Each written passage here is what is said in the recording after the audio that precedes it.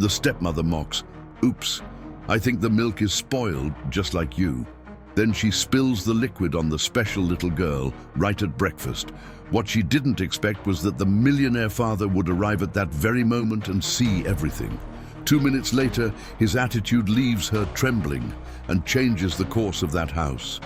The morning light, filtering through the immense kitchen window, felt cold and sharp to Lara. At only 8 years old, she already understood that some light was friendlier than others. This light, in particular, seemed to inspect her every move, her every hesitation.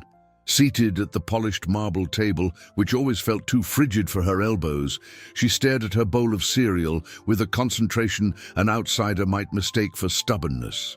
The milk had to be warm, not hot. The spoon had to be the small dessert spoon with the smooth handle, no embossed patterns that scratched the skin of her fingers, and the cup beside her needed its silicone lid with a small spout so the juice wouldn't escape between her lips when anxiety made her hands tremble. They were small things, but to Lara, they were anchors, preventing her from floating away into a sea of overwhelming sensations. Her stepmother, Veronica, saw these needs as flaws, as tiny cracks in the perfect facade of the life she worked so hard to build alongside her multi-millionaire husband. She couldn't comprehend how the man, whose capital grew exponentially with investments in stocks and cryptocurrency, could have a daughter who needed so many quirks. "Lara, come on, you're going to be late for school again." Veronica's voice cut through the silence, sounding as polished and hard as the tabletop. She was standing by the counter in an impeccable silk dress that seemed immune to any spill. Her calculating blue eyes measured the girl's slowness like an error on a profit and loss spreadsheet. To Veronica, life was a succession of appearances to be maintained, and the girl, with her particularities, was a liability on her personal balance sheet. She had married Richard, a man whose fortune was legendary, a true billionaire who had turned a small business into an empire with a net worth most people couldn't even count. He was a master of the stock market, and his name was synonymous with success and wealth. Veronica wanted to be the woman behind that success, the perfect hostess, the flawless mother of a picture-perfect family. But Lara didn't fit into that script. The girl tried to take a spoonful, but her hand trembled, and a bit of milk splashed onto the hardwood floor. Veronica's sigh was like an icy wind. "Look what you've done! Always so clumsy." Lara felt her face flush and the familiar knot form in her throat. She looked down at her feet, where the hardest task of the morning still awaited her, tying her shoelaces. It was a puzzle of loops and knots that her fingers never seemed to solve. I can't, Veronica.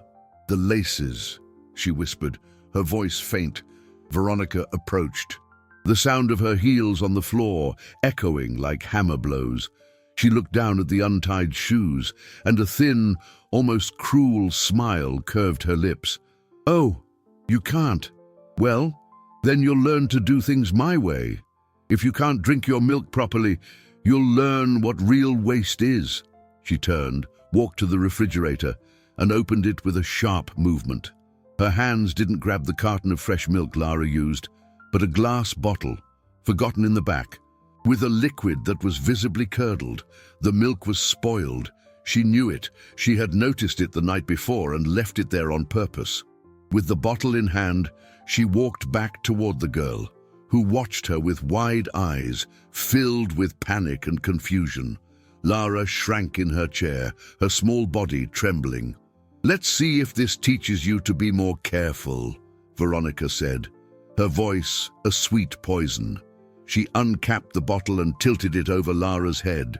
Over her silky brown hair, the sour, repulsive smell filled the air. Lara squeezed her eyes shut, waiting for the cold, humiliating impact. The exact instant the first thick, white stream of spoiled milk trickled down, touching the child's scalp, a calm voice, yet heavy with a weight that made the air vibrate, sounded from the kitchen doorway. "Veronica." Richard was standing there. He'd finished a meeting early. His face, normally serene, was a mask of disbelief and contained fury. He saw everything. He saw the bottle, the stream of milk, the terror in his daughter's closed eyes. Time in the kitchen seemed to freeze. Veronica, the bottle of spoiled milk still in her hand, turned ashen as if all the blood had drained from her face. Her lips parted to form an excuse, an explanation, but no sound came out. Richard didn't yell. He didn't make a sudden move. The silence he brought into the room was heavier and more terrifying than any outburst of rage.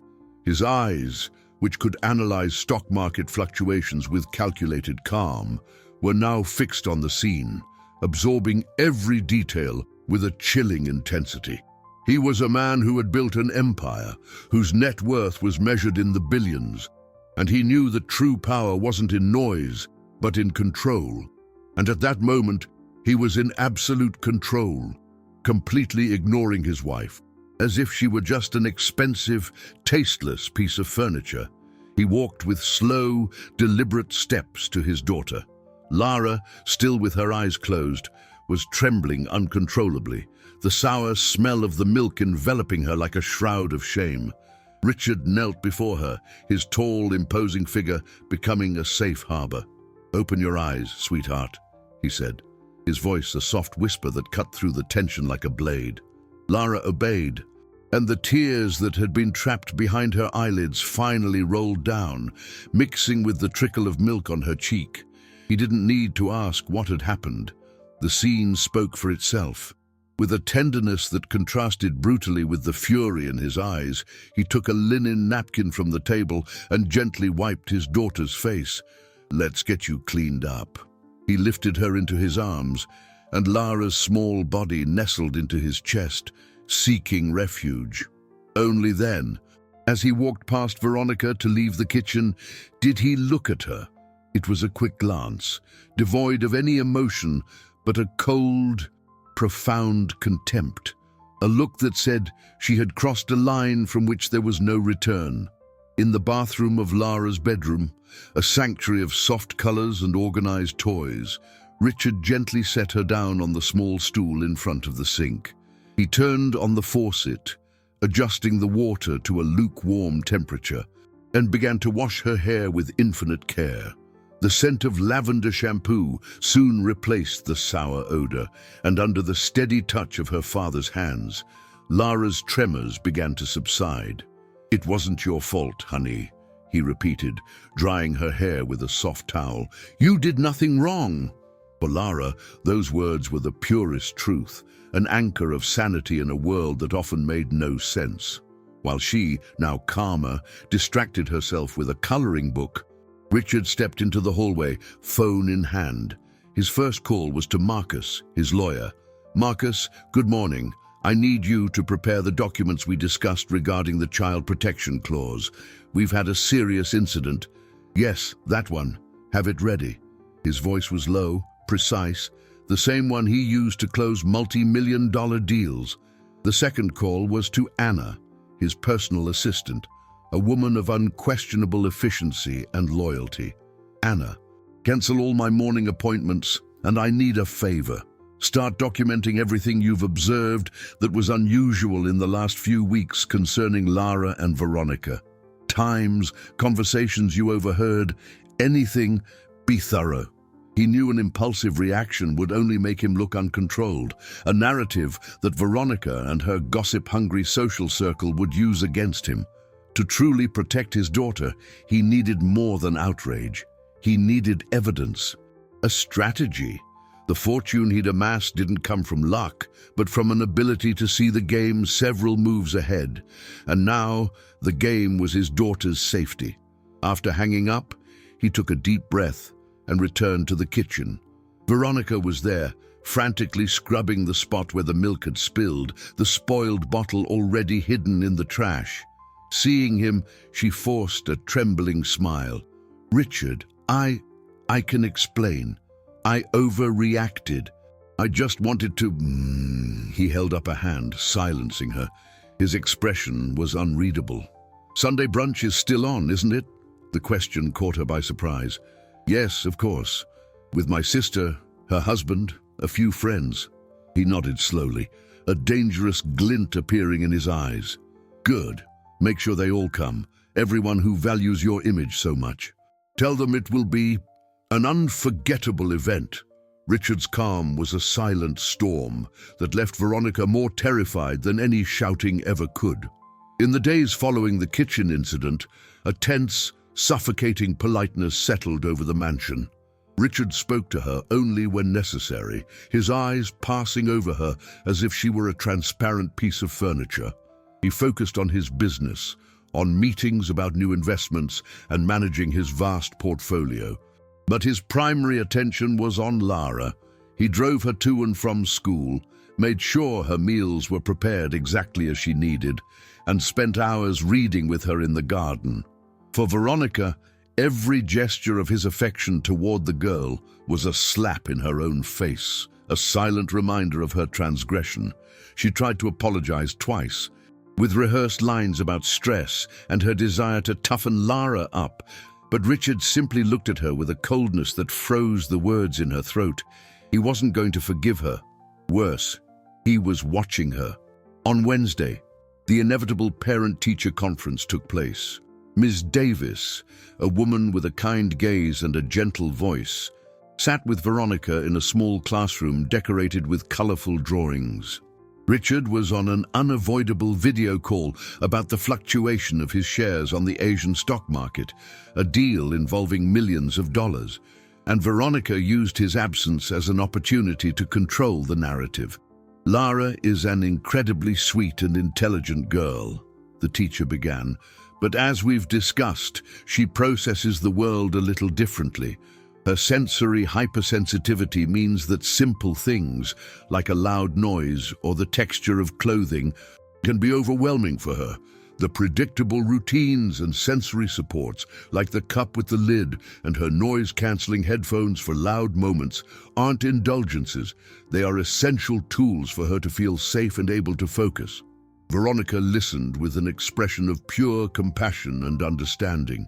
She nodded, took notes in a leather-bound notebook, and even squeezed out a discreet tear from the corner of her eye.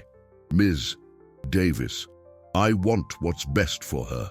Believe me, sometimes it's just so hard to know how to help. I feel so inadequate. It was a performance worthy of an award-winning actress. She was selling the image of the dedicated, concerned stepmother, and the kind-hearted teacher bought it. You're doing a wonderful job, Veronica. The most important thing is consistency. At the end of the meeting, Mrs. Davis handed her a folded note. I've summarized the main points here for Richard. I know how busy his life is. Could you please give this to him? It's important that you're both on the same page. Veronica took the note, the paper feeling like it was burning in her hand. Of course, I'll give it to him myself. When she got home, the mansion was quiet. Lara was in the art room, and Richard hadn't returned yet. Veronica went into the library, an imposing room with walls lined with books that, for the most part, served only as decoration. She looked at the note in her hand. That piece of paper was evidence, a direct communication between the school and her husband, a record of Lara's needs that she had deliberately ignored and intended to continue ignoring. Giving it to Richard would be handing him a weapon to use against her. With a quick, furtive movement, she climbed a small stepladder and tucked the note between the pages of a thick, dusty book on Renaissance art history, on a high shelf that no one ever reached. It was done, hidden.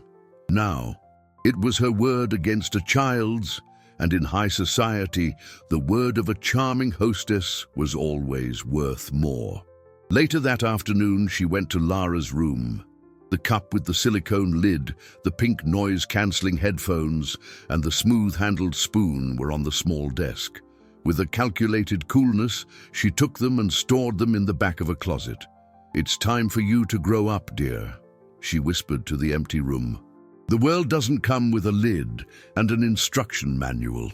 Friday night dinner at the mansion was a meticulously orchestrated event by Veronica, an opportunity to display her impeccable home, her refined taste, And above all, her position as the wife of the billionaire Richard. Her sister, Patricia, and brother-in-law, Frank, were frequent guests, a couple who lived in the shadow of Richard's fortune, always ready to flatter Veronica in exchange for invitations to exclusive events and business connections. They were masters of the art of appearance, and that night's dinner was no exception. The dining table, a 20-seat rosewood piece, was set with the finest china and silver cutlery that gleamed under a crystal chandelier. Patricia praised the flower arrangement. Frank commented on the impressive appreciation of an investment fund Richard had casually mentioned. And the conversation flowed like expensive wine, smooth, superficial, and intoxicating. Lara sat at the table, shrunken in her chair. Without her supports, the world felt more aggressive. The light from the chandelier hurt her eyes. The clinking of cutlery on china sounded like screeching bells, and the fabric of her dress, chosen by Veronica, seemed to scratch her skin. She tried to eat the creamy risotto, but the large, heavy spoon was clumsy in her hands. Inevitably, a few grains of rice fell onto the white linen tablecloth. No one seemed to notice except Veronica, who shot her a cutting glare over her wineglass. Lara felt her face burn with shame and pushed her plate away, her appetite gone. The conversation revolved around art auctions, trips to Monaco, and the profitability of investing in gold. Lara was invisible, a little ghost at the head of the table. Meanwhile, in the home office wing, Anna, Richard's assistant, was working late. At her boss's request, she had begun assembling a discreet timeline. She was a natural observer, and her loyalty to Richard and her affection for Lara made her a powerful ally. She noted the date and time of Veronica's parent-teacher conference. She noted that, upon returning, Veronica had mentioned nothing to Richard, who arrived shortly after.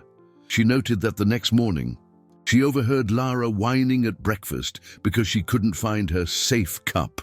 Veronica had replied with an artificial sweetness that was almost crueler than anger. "But you're a big girl now, darling. Big girls drink from crystal glasses." Anna recorded the incident, the date, and the time. Small data points that meant little on their own, but together were beginning to form a disturbing pattern. Back in the dining room, Patricia, sensing the tense mood emanating from Veronica whenever she looked at Lara, leaned toward her sister. "You need to control this narrative, V," she whispered, while Frank distracted Richard with a question about the crypto market. "People talk. His daughter. She's a bit different. You can't let that tarnish your image." Veronica gripped the stem of her glass, her perfectly manicured red nails stark against her pale skin. "I know. I'm handling it." Patricia smiled, a conspiratorial grin. "I have the solution. Remember my friend, the journalist, Carter? He has a widely read society column. Let's invite him to the brunch on Sunday. A little piece about what a wonderful stepmother you are, helping the girl adjust. He knows how to spin the story. We control what people read." The idea settled in Veronica's mind like a poisonous seed. It was brilliant. Use the press to paint herself as a patient saint, and Lara as the challenge she was gracefully overcoming. It was the perfect move to strengthen her position while justifying any harsher educational measures she might take in the future. As the two sisters whispered, Richard watched the scene from across the table. He couldn't hear the words, but he saw the glances, the complicity, the way Lara grew smaller and smaller in her chair.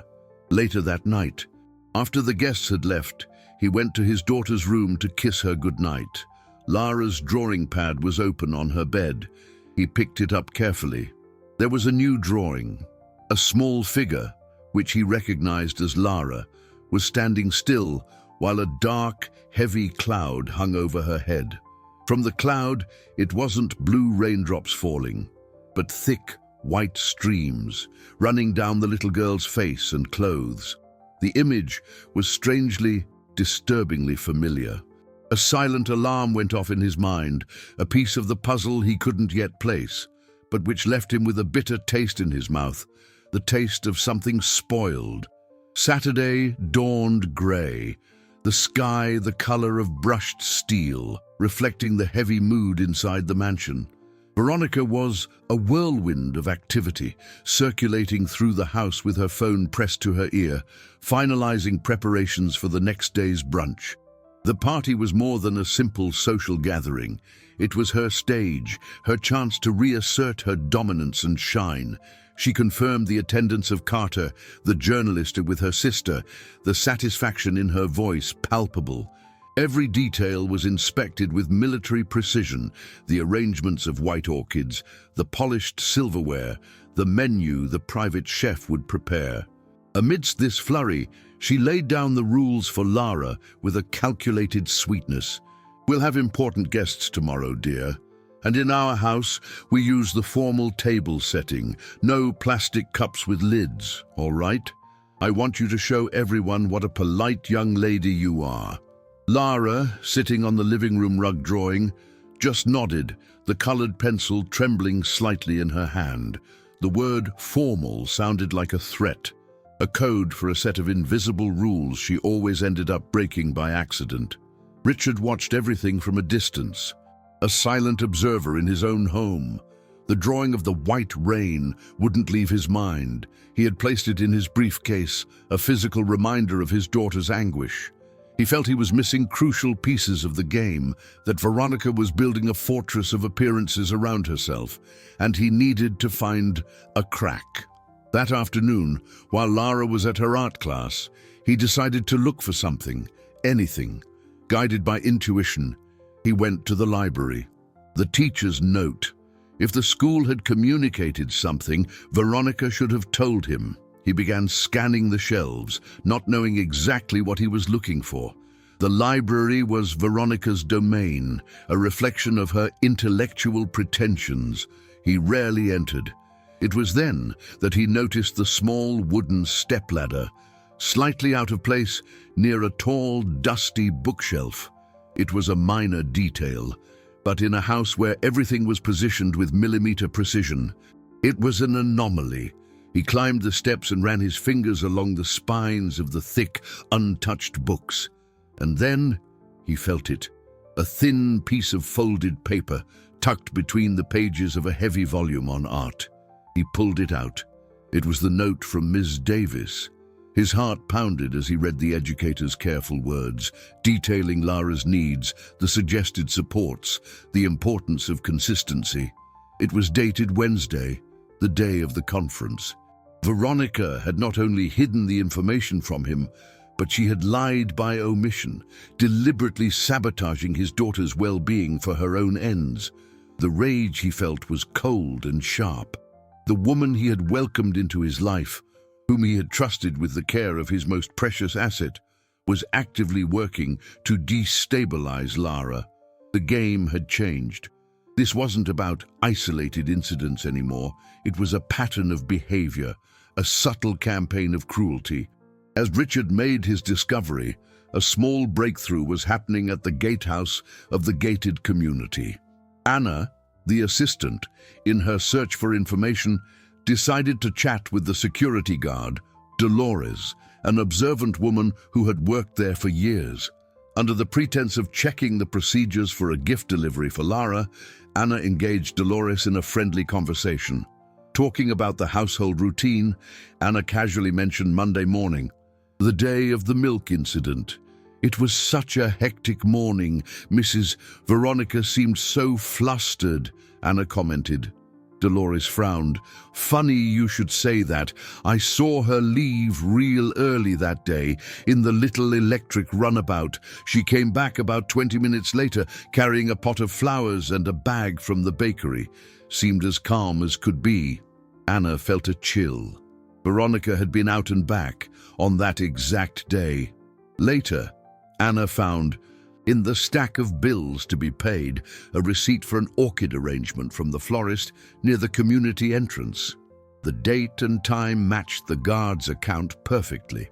Veronica hadn't been irritated and committed an impulsive act. She had left, bought flowers to decorate the house, likely fresh milk from the bakery, and returned to stage the perfect breakfast. What happened to Lara was not an accident. It was premeditated. Sunday arrived, bright and sunny, a cruel irony for the darkness that was about to unfold. Guests began to arrive for the brunch, the sound of laughter and cheerful conversation filling the garden.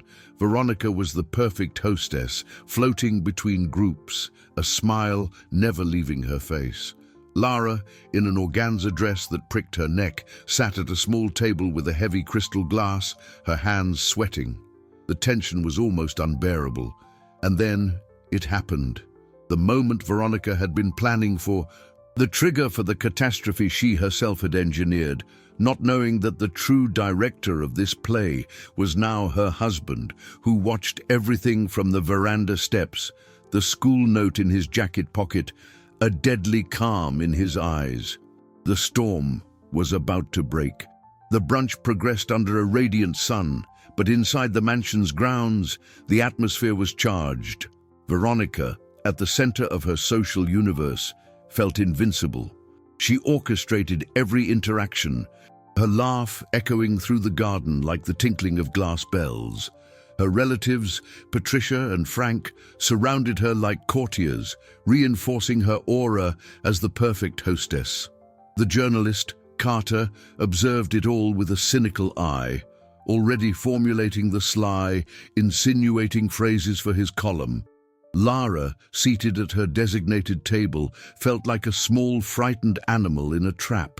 The sensory overload was immense, the buzz of conversations, the strong smell of perfumes mixed with flowers, the sun glinting off the silver cutlery. Her crystal glass felt too heavy, slippery in her anxious, damp hands. She just wanted her cup with the lid, a small piece of security in the midst of chaos. The catalyst, just as Veronica had planned, was trivial.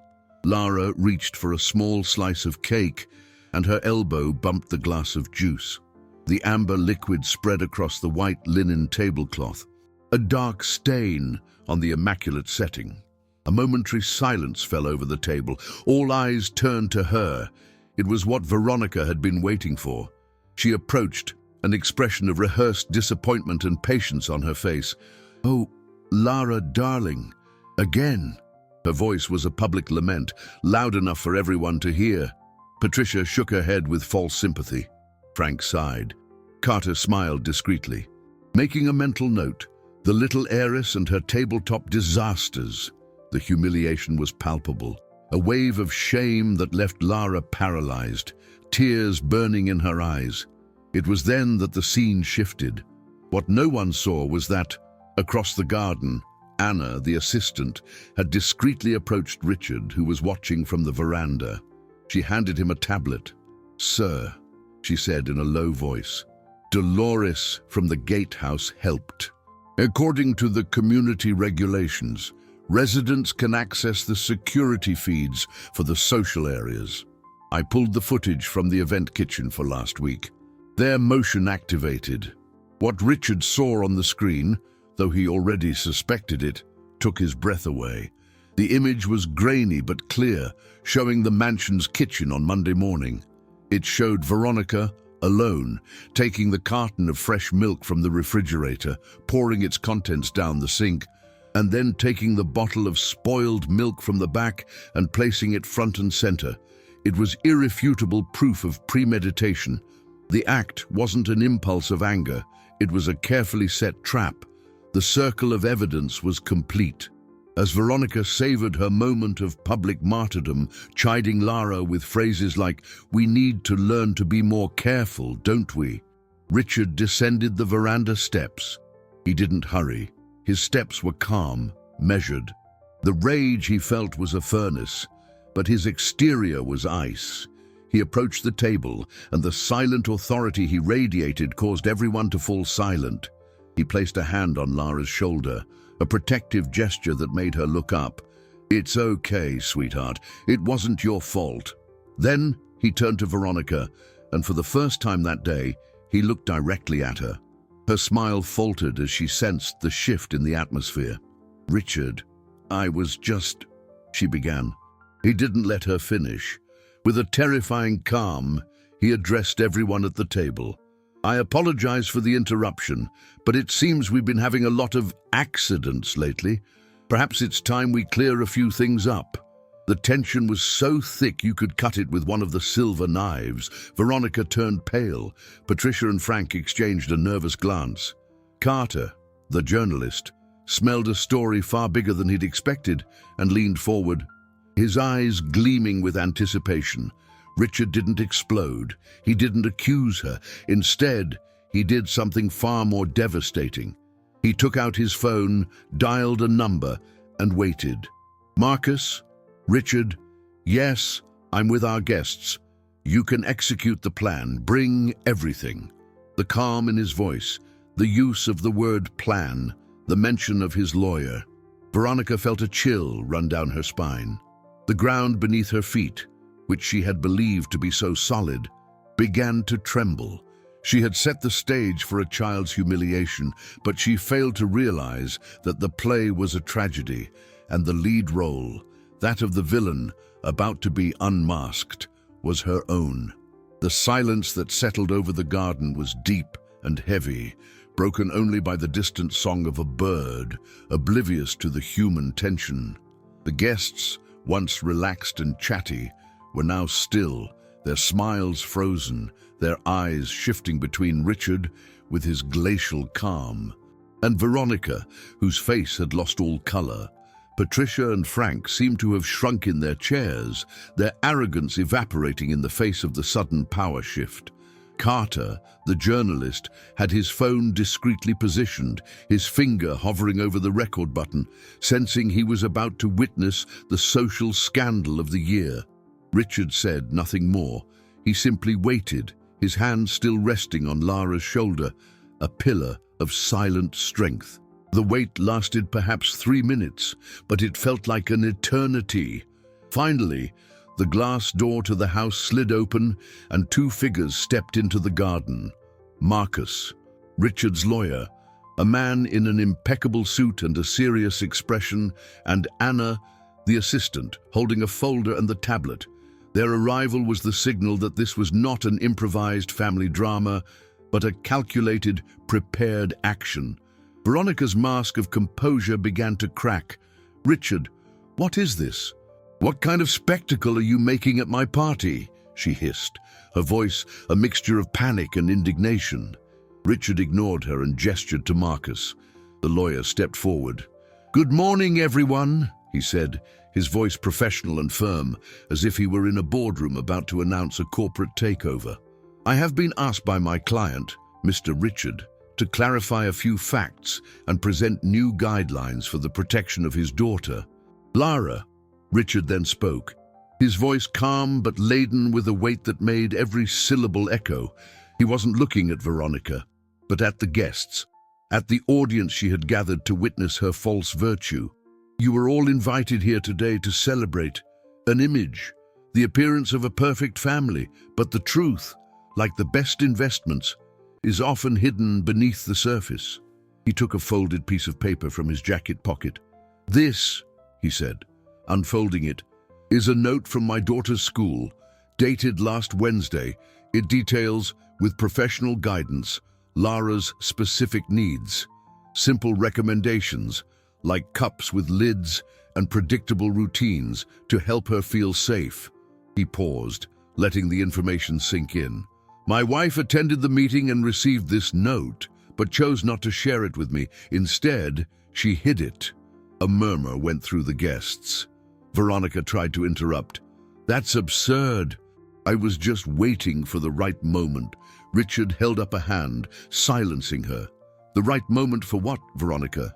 To take away all her supports, to create stressful situations, and then scold her for her reactions." He then turned to Anna, who turned on the tablet and held it so everyone could see. "And this is from our kitchen security camera. On Monday morning." The grainy image appeared on the screen. The video, without sound, was devastating in its clarity. It showed Veronica, alone, switching the fresh milk for the spoiled milk, setting the trap. The scene of milk being poured over Lara's head, which Richard then described in a low, controlled voice, was now seen in a new light. not as an act of impatience, but of premeditated cruelty. The shock in the garden was visible.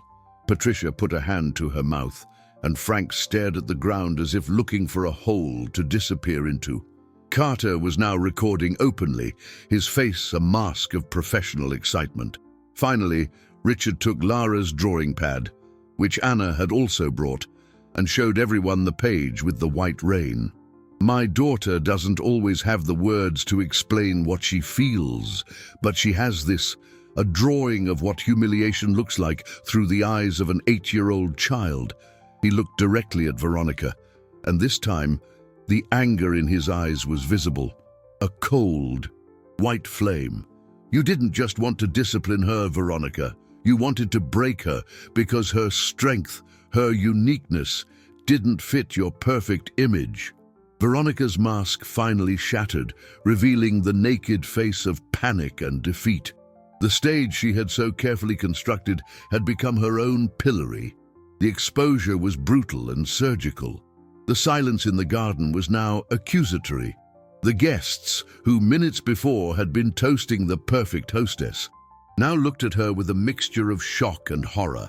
Her reputation, the most valuable currency in their social circle, was being burned in a public square, and Veronica was at the center of the pyre. She trembled, unable to form a defense. Every piece of evidence Richard presented was another wall rising around her, trapping her in her own lie. The video of the milk swap, the hidden note, Lara's desolate drawing. Together, they painted an irrefutable portrait of calculated cruelty. The humiliation she had planned for her stepdaughter had turned on her with 100 times the force. Richard let the weight of his revelation settle for a moment before continuing. His voice, still calm, took on a steely edge. For too long, this house has been governed by appearances, by the fear of what others would think, by the need to project an image of perfection that ends today. He turned to Marcus, the lawyer who stepped forward holding a leather-bound folder. As of this moment, Marcus announced with the formality of a decree, new rules will be implemented in this residence with legal force. They have been drafted to ensure, above all else, the physical and emotional safety of Lara. He opened the folder. First, a permanent and comprehensive support plan for Lara will be instituted, overseen by professionals and ratified by her school. All recommendations, including sensory supports, routines, and accommodations, will be followed without exception. A refusal to cooperate will be considered a breach of a legal agreement. Veronica looked at Richard, her eyes pleading, but he wouldn't meet her gaze. He was looking at his daughter, who watched everything with a quiet, solemn understanding. Second, the lawyer continued, his tone unyielding, Mrs. Veronica will be removed from all of Lara's daily routines. This includes meal preparation, accompaniment to school activities, and decisions regarding her schedule. A governess and an occupational therapist will be hired for these duties. The phrase was a sentence. Richard was stripping her not only of power, but of access to the girl herself, the source of their conflict.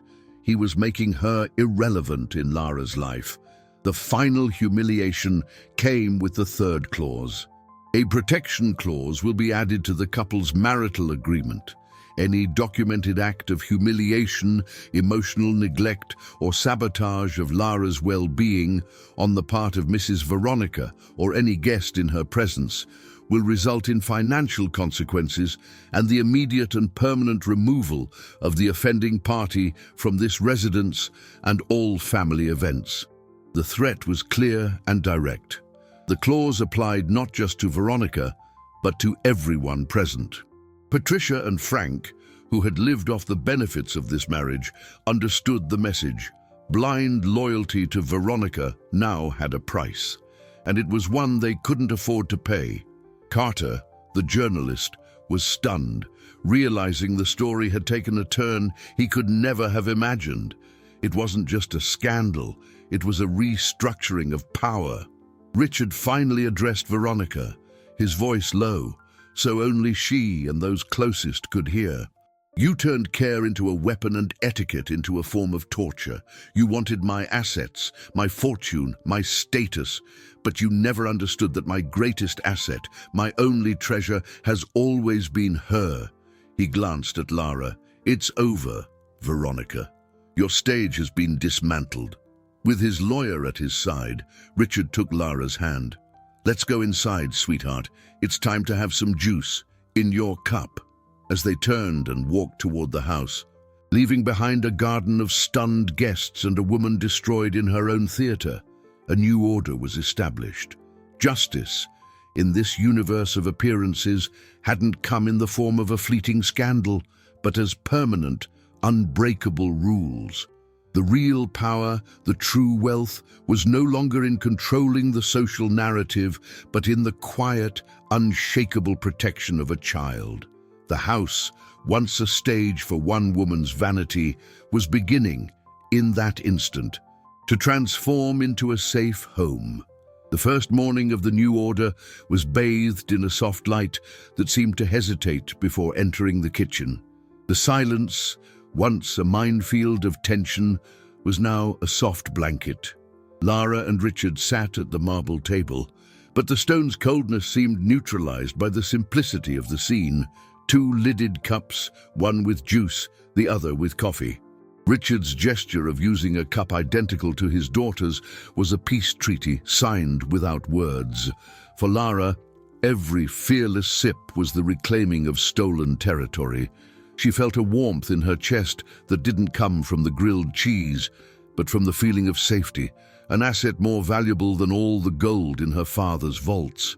Richard watched her, and for the first time in months, the worry on his face gave way to a serene relief. He had used his power, his strategic mind, not to increase his already vast net worth, but to protect his one true treasure. The battle in the garden had been won, but he was too seasoned a businessman to believe the war was over. While peace blossomed in the kitchen, venom was brewing in another wing of the mansion. In the guest suite, which had become her luxurious cell, Veronica paced like a caged animal. The public humiliation had shattered her, but from the ruins emerged a cold, determined fury. She wasn't defeated. She was regrouping, phone in hand. She spoke in an urgent whisper to Carter, the journalist. You saw what he did. It was a circus, a power play to destroy me. He used his money, his position, his lawyers. He turned me into the villain to hide his own cruelty. Her voice was a rehearsed lament, the performance of a perfect victim. Carter, on the other end of the line, listened with interest. A family drama was good, but the story of a powerful billionaire crushing his helpless wife, that was gold. He controlled the narrative, Veronica. Now it's your turn to fight back, he said, his voice full of a false sympathy that barely concealed his excitement. Give me the details, your truths. We'll paint a different picture. The public loves a David and Goliath story, even when Goliath has an enviable cash flow. Later, the new governess, Helen, a woman with graying hair and kind eyes, arrived. Her presence was calm and unobtrusive. When she offered Lara a slice of apple, the girl instinctively recoiled, her eyes seeking her father's for approval. The fear that kindness was just a mask, a prelude to betrayal, was etched into her soul. Richard knelt beside her. Helen is here to help us, sweetheart. She knows all about lidded cups and tricky shoelaces. He smiled, and the confidence in his voice was the bridge that allowed Lara to accept the fruit. The healing process would be slow, a daily application of patience and security, a long-term investment with incalculable dividends. Late that afternoon, as Lara and Helen worked on a puzzle on the living room floor, Richard's phone vibrated. It was Anna. Sir, you need to see this. It was just published. She sent a link. It was Carter's online column. Richard opened it, and his stomach tightened.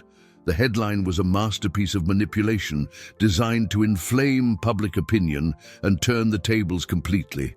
With a photo of Veronica looking fragile and one of Richard with a severe expression, the title screamed in block letters, Fortune and Fury, the secret drama of the mansion where a billionaire father uses his power to silence a stepmother. The battle for Lara's safety had just moved from the mansion's gardens into a ruthless public arena. And Veronica, with the help of the press, had just fired the first shot. Carter's headline exploded in Richard's social circle like shrapnel. The article was a tapestry of half-truths and poisonous insinuations, woven with the skill of a master manipulator. Veronica was portrayed as a misunderstood stepmother, a dedicated woman trying with unconventional methods to prepare the delicate heiress for a cruel world. Lara's neurodivergence was described in vague, pitying terms, like a special sensitivity, and Richard's actions at the brunch were depicted not as the defense of a child, but as an act of tyranny by an out-of-control billionaire. A man who used his immense fortune to crush anyone who defied his will. The video, the note, the drawing, all were omitted. What remained was the image of a powerful, furious man against a fragile, well-intentioned woman. The article ended with a rhetorical question, dripping with venom. How far can power and money go to buy the truth? Richard read the piece twice, his initial anger giving way to a cold, strategic analysis. He knew that engaging in a mudslinging war with the press would be disastrous. Any public response would only fuel the fire, giving Carter and Veronica more material to twist. Their goal was clear: to drag him into the public arena, where nuance is lost and image is everything. The true victim in all of this would be Lara. He needed a different strategy, one that didn't involve public opinion, but rather the tools he had already set in motion. He called a meeting in his library, the same room where he had found the hidden note, with Marcus, his lawyer, and Anna, his assistant. "They've changed the battlefield," Richard said, the phone with the article on the table. "They're trying to make me the villain of the story." Marcus, ever pragmatic, considered the options. A libel suit is possible, but it's long, draining, and would keep the story alive for months. Not ideal. Anna, who had spent the morning monitoring online reactions, added, "Their narrative is powerful because it leans on a cliché. The rich, powerful man versus the vulnerable woman, and they're using the protection of the child as their shield." The discussion continued, analyzing every angle. It was then that Anna had an idea based on her meticulous data collection. "Sir, what if the response doesn't come from us? What if it comes from someone else? Someone with unquestionable credibility and no financial stake in this?" Richard looked at her, intrigued. "Go on." Anna opened her laptop, displaying the timeline she had built. "Ms. Davis, the teacher."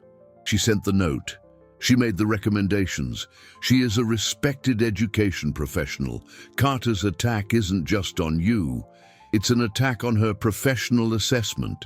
He's implying that Lara's needs, which the teacher identified, are just quirks that Veronica was trying to correct.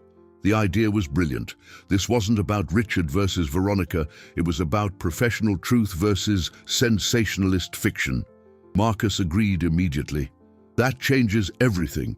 If the teacher feels compelled to defend her professional integrity and her students' well-being, her voice will carry a weight that ours never could. We can't ask her to do it. That would be unethical. But we can ensure she has all the information. Richard nodded, the strategy forming in his mind. He didn't need to fight in the mud. He needed to light a lamp in an unexpected place. Meanwhile, Lara existed in a carefully constructed bubble of protection. Helen, the governess, had become a constant, reassuring presence. That afternoon, in the art room, Lara was drawing. There were no more dark clouds or white rain on her pages. Instead, she drew a large castle with high, strong walls. Inside the castle, a small figure was smiling. Outside the walls, a dark, blurry figure was trying to scream, but the walls were too thick for the sound to get in. Her art, once again, revealed what was in her heart. She felt safe, protected, but the threat, however distant and muffled, still existed. And in the real world, a castle's walls could be brought down not by cannons, but by poisonous words published for millions to read. Lara's safety, won at such a high cost, was more fragile than she knew. Richard's plan was set in motion with the discretion of a chess master moving a crucial piece. The next morning, Anna drafted a carefully worded email to Miss Davis. The tone was not accusatory or pleading, but one of deep concern. She explained that due to recent and unfortunate media exposure, the family was worried that Lara's educational and developmental needs might be publicly misinterpreted, which could affect the girl's school environment. She attached the link to Carter's article without comment, and then attached a second document, a formal copy of the permanent support plan Richard had instituted, the same one the lawyer had read in the garden. The document listed, point by point, the teacher's own recommendations, routines, sensory supports, clear communication, now transformed into non-negotiable household rules. The email ended simply, "We are sharing this for your information only, so that you have the full context. We are immensely grateful for your continued dedication to Lara's well-being." There was no request, no suggestion of action. It was a delivery of facts, a show of respect for her professional authority. Meanwhile, in the guest wing, the atmosphere was triumphant.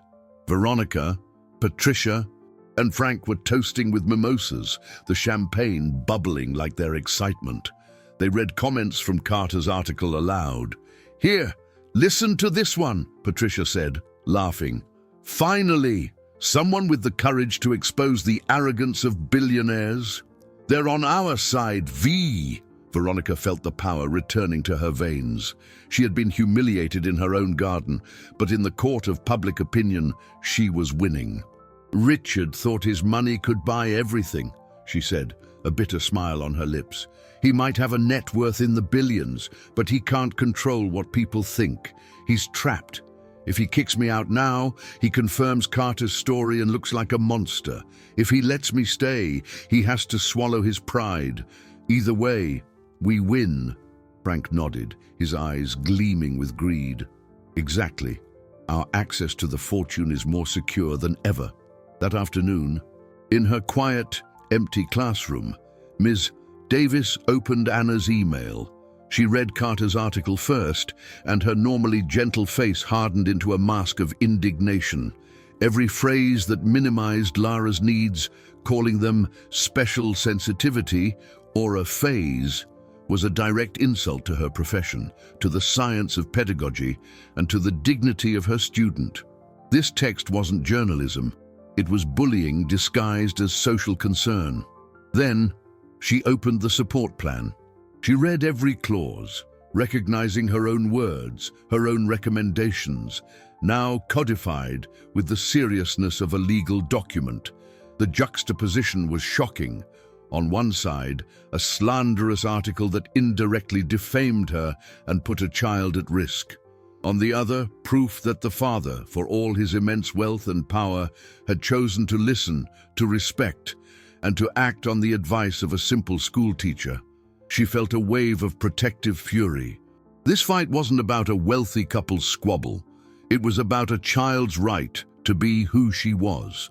Carter and Veronica had made a fatal strategic error. They had underestimated the ferocity of an educator defending her student. She wouldn't go to the press. She wouldn't play their game. She would use the tools of her own world, a world of rules, reports, and professional responsibility. Sitting at her desk in the dusty late afternoon light, Ms. Davis opened a new document on her computer. Her decision was made. She would not be a passive spectator while the truth was distorted. She was going to write a report, but it wouldn't be for Richard or a newspaper. It would be an official, detailed, and factual pedagogical report, and she would send it to the only authority that truly mattered, the district's Board of Education and Child Protective Services. The war of narratives was about to get a player Veronica never saw coming. Miss Davis's pedagogical report was a masterpiece of objectivity and precision. Over 10 pages long, it documented, in technical, dispassionate language, Lara's entire case history. It described her sensory needs, cited examples of her progress when supports were used, and detailed the conversations she'd had with Veronica. The note she had given the stepmother was attached as documentary evidence. The report's crucial point, however, was its analysis of Lara's drawings, including the white rain. With an expert's authority, she explained how the child's sequential art served as a non-verbal narrative, a record of her emotional state. She connected the emergence of images of fear and isolation directly to the period when, as reported in Anna's email, supports were withdrawn at home. Finally, she attached both Carter's article and the support plan instituted by Richard. Her conclusion was devastating in its simplicity. A clear contrast is observed between a home environment that, according to media reports, minimizes the student's needs, and one that, as documented, seeks to legally implement them. This dissonance represents a potential risk to the child's development and well-being. She submitted the report to the official school district system on Friday afternoon. The impact was not immediate, like a newspaper headline, but more like the turning of a powerful bureaucratic gear that, once in motion, was nearly impossible to stop. Meanwhile, at the mansion, the tension reached its peak. Veronica, emboldened by the article's reception, decided to take the next step in her plan to reassert control. She announced she would be hosting a reconciliation dinner on Saturday night. It would be an intimate affair, with only herself, Richard, Patricia, and Frank. It was a test, a direct challenge.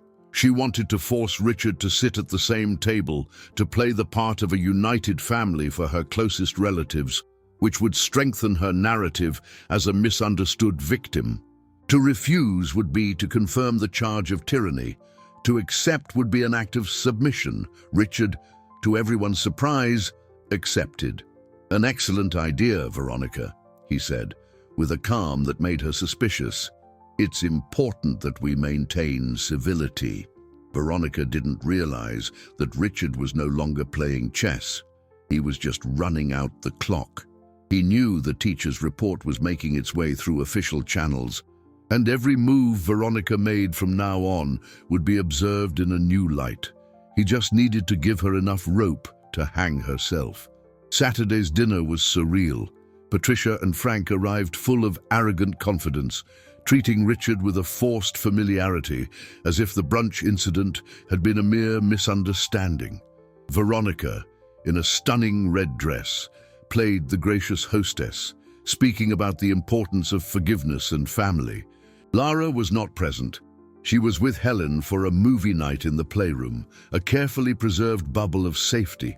At the dining table, Veronica promoted what she called an advanced etiquette test, a veiled humiliation aimed at Richard. She served a complex dish, requiring several specific utensils, making subtle comments about how true sophistication was in the details. It was in the middle of dessert, a delicate soufflé, that the intercom buzzed. One of the security guards announced over the internal speaker, his voice echoing through the silent dining room, "Mr. Richard, there is a woman at the main gate. She identifies herself as Ms. Garcia from Child Protective Services, and she has an official warrant for an environmental verification visit." Veronica's fork clattered onto her china plate. The blood drained from her face. Patricia and Frank looked at each other in panic. The gear that Ms. Davis had set in motion had finally arrived at the mansion's door. The war of narratives in the press was child's play compared to the quiet, implacable arrival of the law. The game was over. The arrival of the social worker, Mrs. Garcia, was the equivalent of a neutron bomb detonating in the dining room. It annihilated the entire atmosphere of power and arrogance while leaving the physical structure intact. Mrs. Garcia was not an intimidating figure. She was a middle-aged woman with a calm, experienced gaze, dressed simply. Her power came not from her appearance, but from the institutional authority she represented. At her side, silent, was Miss Davis, who had been asked to accompany the visit as the professional who originated the report. Her presence was the final confirmation for Veronica that she had been outflanked by an enemy she had never even considered. "Good evening," Miss Garcia said, her voice firm but polite as she entered the room, her eyes taking in the scene, the opulent table, the expensive food, the four figures frozen in shock. "We received a detailed report from the school concerning the student Lara. The law requires us to conduct a home environment check to ensure her needs are being met." Veronica tried to regain her composure, forcing a smile that looked more like a grimace. "Ma'am, there has been a terrible misunderstanding. I love that girl as if she were my own. We were just having a family reconciliation dinner." Patricia and Frank murmured their agreement like an off-key chorus. Miss Garcia was unmoved. She turned to Richard. "Mr. Richard, the report we received also included a copy of a support plan you instituted. Do you confirm the authenticity of this document?" Richard, who had remained silent until now, stood up. His calm was a brutal contrast to his wife's panic. "Yes, I confirm it. It was the only way I could find to ensure that the school's recommendations, which were being ignored, were finally followed." The statement was a precise stab. He didn't accuse Veronica directly. He simply confirmed the facts the report already presented. The social worker then addressed Ms. Davis. "Ms. Davis, in your assessment, is the implementation of this plan beneficial for the child?" Ms. Davis, with the confidence of someone who has mastered her craft, replied, "It is essential. Structure and predictability are crucial for Lara's development. Their absence, as observed, causes stress and regression." Every word was another nail in the coffin of Veronica's narrative. The conversation wasn't about feelings or interpretations, but about facts, documents, and professional assessments. Carter's article, with its poisonous insinuations, seemed ridiculous and childish in the face of this serious intervention. Mrs. Garcia then made the request that sealed Veronica's fate. "I would like to see the child's room and speak with her, if possible." Richard nodded and led the two women upstairs. Veronica, Patricia, and Frank were left behind in the lavish dining room, the soufflé deflating on their plates, the taste of defeat as bitter as gall, the power Veronica had craved. The control over the house and the girl had been officially stripped from her hands, not by her billionaire husband, but by a dedicated teacher and a public servant doing her job. In Lara's room, the atmosphere was entirely different. Helen, the governess, was reading a story in a soft voice. The room was a sanctuary of calm and order. Lara's supports, her cup, headphones and spoon, were visible and accessible. Mrs. Garcia observed everything, her trained eye catching the details that confirmed the report. When she knelt to speak with Lara, the girl, seeing Ms. Davis beside her, smiled and relaxed. The conversation was brief and gentle. Lara showed them her new drawing of the castle, explaining that it's safe inside here. Nothing more needed to be said. The truth was there, in colored pencil strokes. When they came back downstairs, Ms. Garcia's decision was made. She addressed everyone in the room. "The environment appears suitable, and the support plan is excellent. However, the source of the conflict is clear." She looked directly at Veronica. "To prevent further emotional instability for the child, I am formally recommending Mrs. Veronica's temporary removal from direct contact with the minor, pending a psychological evaluation. The recommendation will be made official in my report on Monday." The word removal echoed in the room. It wasn't a suggestion. It was a veiled order, with the full weight of the law behind it. The game of appearances, the war of narratives, the fight for control. It was all over. Justice had not been a public spectacle of humiliation. but a quiet, definitive, administrative procedure. The social worker's recommendation carried the weight of a court order. The word removal, spoken with Ms. Garcia's bureaucratic calm, demolished Veronica's last facade of power. There was no room left for manipulation, for newspaper articles, or for victim playing. Reality, stark and unadorned, had been exposed under the cold light of the law. The next morning, a Sunday, Veronica packed her bags in silence. Richard had offered her one of his luxury condos downtown, a gilded cage where she could maintain appearances for the outside world. But the truth was undeniable. She was being exiled from her own home, banished from the life of the child she had tried to mold in her own image. Patricia and Frank, realizing their source of influence and benefits had run dry, made a hasty and clumsy exit, their promises of eternal loyalty evaporating like the previous night's champagne foam. Veronica's departure was not stormy, it was quiet, almost anticlimactic. Lara watched her from her bedroom window, a luxury car waiting in the circular driveway. She felt neither sadness nor joy. She only felt calm. The dark cloud that had hung over the house, the one she had drawn so many times, had finally dissipated, carried away on a breeze that smelled of justice and tranquility. Later that day, Richard found Lara in the art room, focused on a new drawing. He sat beside her, watching in silence. She was drawing the kitchen, the marble table, and on it, two figures, one large and one small. Both were smiling. There was grilled cheese, mashed banana, and, of course, two identical lidded cups. But there was a new detail. Around the table, she had drawn a bright yellow circle, like a sun enveloping them. "What's this, sweetheart?" he asked, pointing to the circle. Lara looked up, and the simplicity of her answer hit him with the force of a revelation. "It's a safety circle. Miss Davis said we all need one." In that moment, Richard understood the true nature of his victory. It hadn't been the public exposure at the brunch, nor the legal maneuvering with his lawyers. The real victory was that yellow circle. It was his daughter's reclaimed safety, her ability to finally take a deep breath without fear. All his capital, his investments, his fortune in dollars, they were all just tools. The true profit, the most precious dividend of his life, was the peace in his daughter's eyes. He realized the journey of the past 2 weeks hadn't been about punishing Veronica, but about learning to be the father Lara truly needed. A father who didn't just provide, but protected, who didn't just love, but understood. A father who was willing to step inside her safety circle and live by the same rules.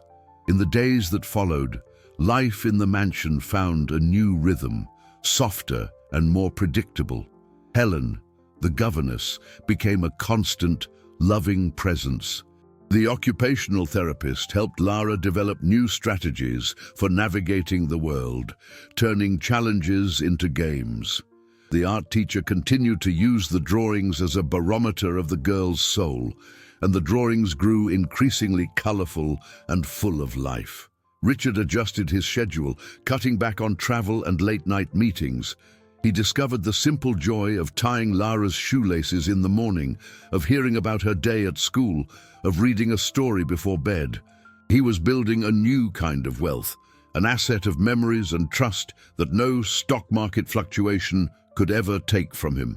The house, once a stage for vanity and ambition, was finally healing, transforming into a home. Justice, in the end, wasn't an event, but a process of rebuilding, of learning, and above all, of love.